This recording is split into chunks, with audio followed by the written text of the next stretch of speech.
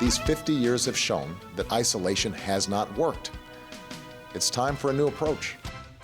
A new chapter in U.S.-Cuba ties after decades of hostility. Locally, new housing reserves set up to help meet long-term targets. And paternity leave legislation passed by LegCo.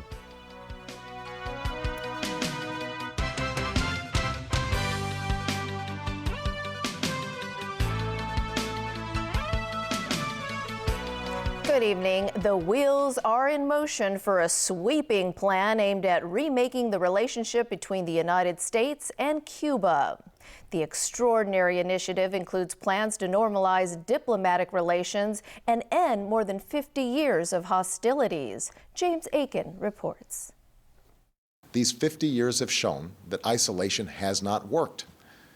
It's time for a new approach. The shift in U.S. policy towards Cuba began almost 2 years ago when Barack Obama greenlighted secret meetings in Canada between American and Cuban officials. The talks even included personal involvement from Pope Francis.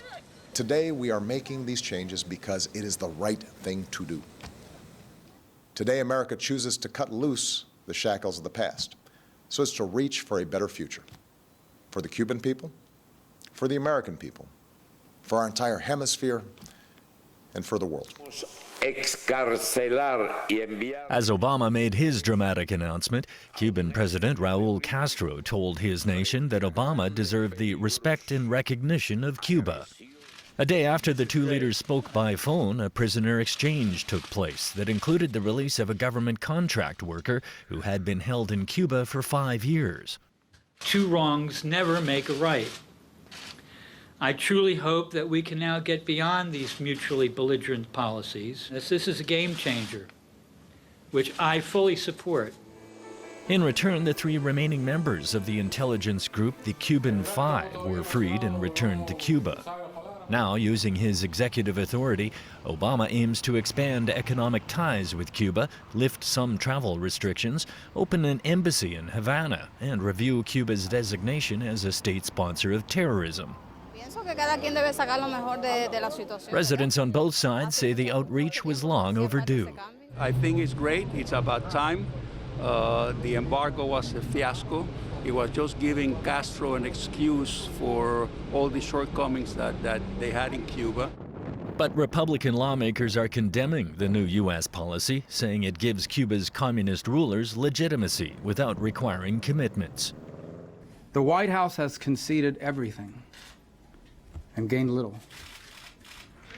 The U.S. severed diplomatic relations in 1961, the same year then-President Fidel Castro declared Cuba a socialist state.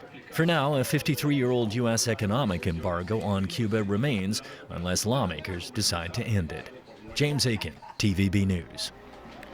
Russian President Vladimir Putin said today his country's economy is strong enough to weather the crisis in the ruble. Alan Buckner reports.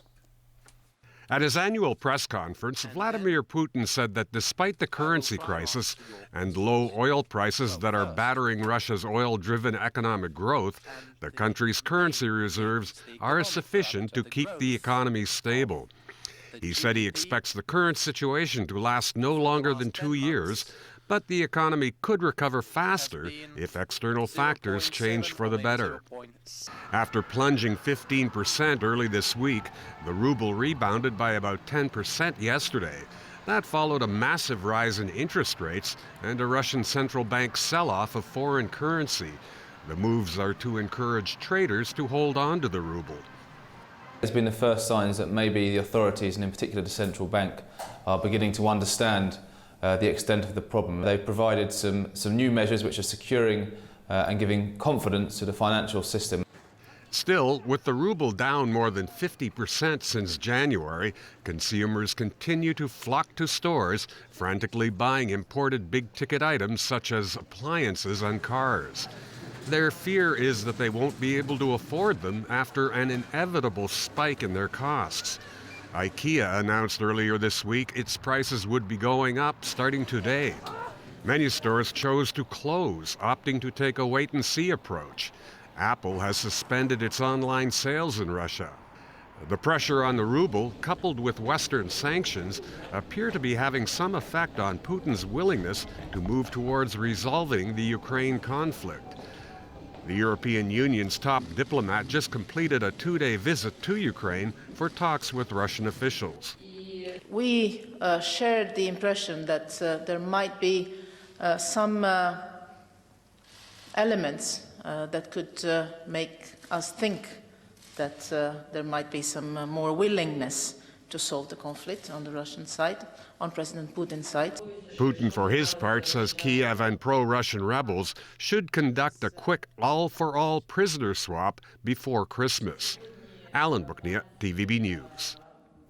Interest rates in the United States won't be going up for at least a few more months. The U.S. Federal Reserve says it will be patient in deciding when to raise rates as the American economy shows signs of strengthening. As progress in achieving maximum employment and 2% inflation continues, at some point it will become appropriate to begin reducing policy accommodation. But based on its current outlook, the committee judges that it can be patient in doing so. In particular, the committee considers it unlikely to begin the normalization process for at least the next couple of meetings. Asian shares climbed today thanks to easing concerns about an imminent rate hike. Here in Hong Kong, the Hang Seng Index finished 246 points, or more than 1% higher, at 22,832. The government has established a $27 billion housing reserve to help meet the public housing supply target for the next 10 years. Housing Society Chairman Marco Wu says government assistance will be needed due to rising costs. Ronnie Samtani reports. The government's newly announced goal is to build 290,000 public housing units in the 10 years from 2015-16. Today, Financial Secretary John Tsang said the Hong Kong Monetary Authority will set aside the investment return on the government's fiscal reserves to set up a housing fund. The $27 billion housing reserve will be used to support the public housing development program and related infrastructure. Zhang said the government will ensure the Housing Authority has adequate funding to meet its target. The government will inject money into the fund in phases over the next few years. Housing Society Chairman Marco Wu said construction costs are quite high, so the government should help. Lawmaker Wu Chi-wai also supports the move. You need money, you need land to complete the task. I think the Financial Secretary is doing a good thing that he tries to prepare money for the Housing Authority to use in the future. But Civic Party lawmaker Kwok Ka-ki is against the idea and threatens to veto it. In no way the government will run in the difficulty financially to support any scheme, including the building of new public housing. So we cannot accept this excuse. And if this will come to the voting in the electoral, we have no choice but to veto it. Zhang said once the administration and the Housing Authority agree on the amount of money and a timetable, the government will seek approval from the Legislative Council's Finance Committee to withdraw the funds from the Housing Reserve for developing public housing units. Ronnie Samtani, TVB News. Well, legislation granting workers as many as 3 days of paid paternity leave was passed by lawmakers today. Owen Fung has the story. The government earlier proposed to amend the employment ordinance and introduced a maximum of 3 days of paid paternity leave. During the leave, it is proposed that employees would receive 80% of their wages each day. The government anticipates it will be implemented in March next year at the earliest.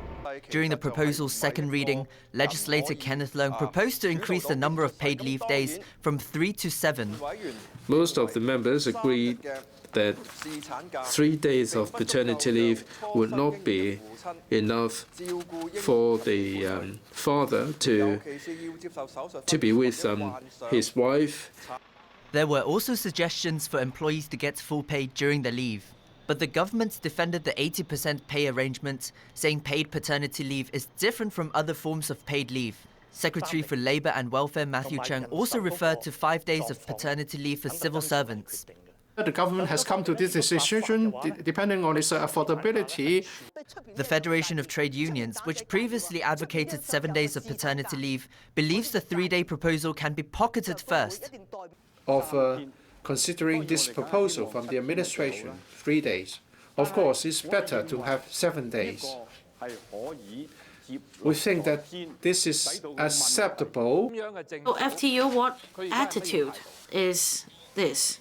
According to your values, according to your principles, if you believe that there should be 7 days PL, and yet under the duress of the government, we bow our heads and because we fear we'll get nothing, then this whole council will be threatened by this government.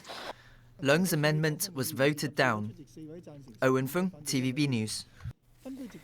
ATV workers are still waiting for their November salaries. When asked if this would affect the station's chances of getting its free-to-air TV license renewed, the Secretary for Commerce and Economic Development stressed it's important for all licensees to follow the broadcasting ordinance. My colleagues at the Labour Department are providing the necessary assistance to the employees concerned, and that's from one angle. As far as we are concerned, I'm concerned about the broadcasting angle, and that according to, we have the rule of law. So according to law, ATV must comply with the provisions of the broadcasting ordinance as well as the license conditions. And still ahead in our newscast, the holiday spirit could be dampened this year. North Korea blamed for hack attack on Sony over controversial movie. And tango fever at the Vatican.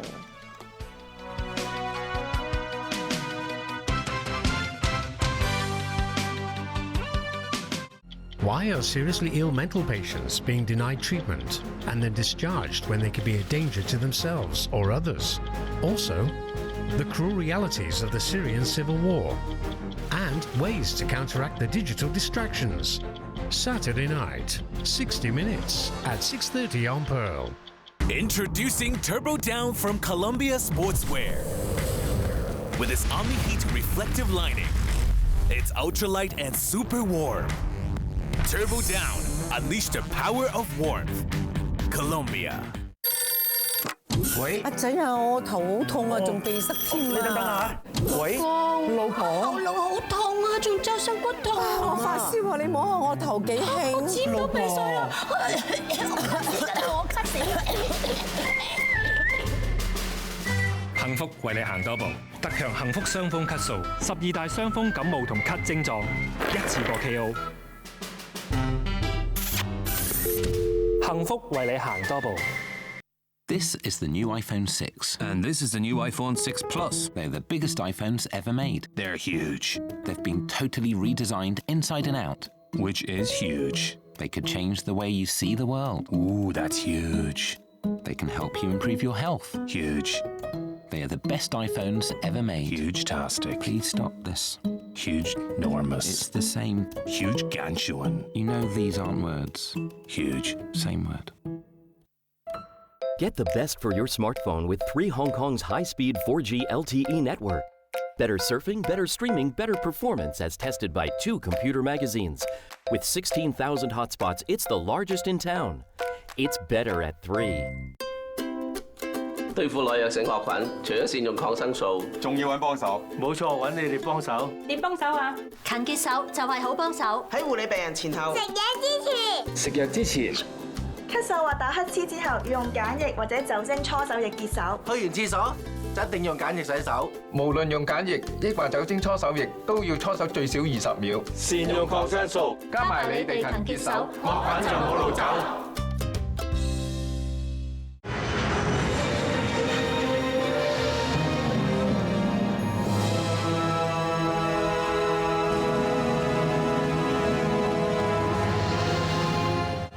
The time now is 7:44. The time check was brought to you by Seiko.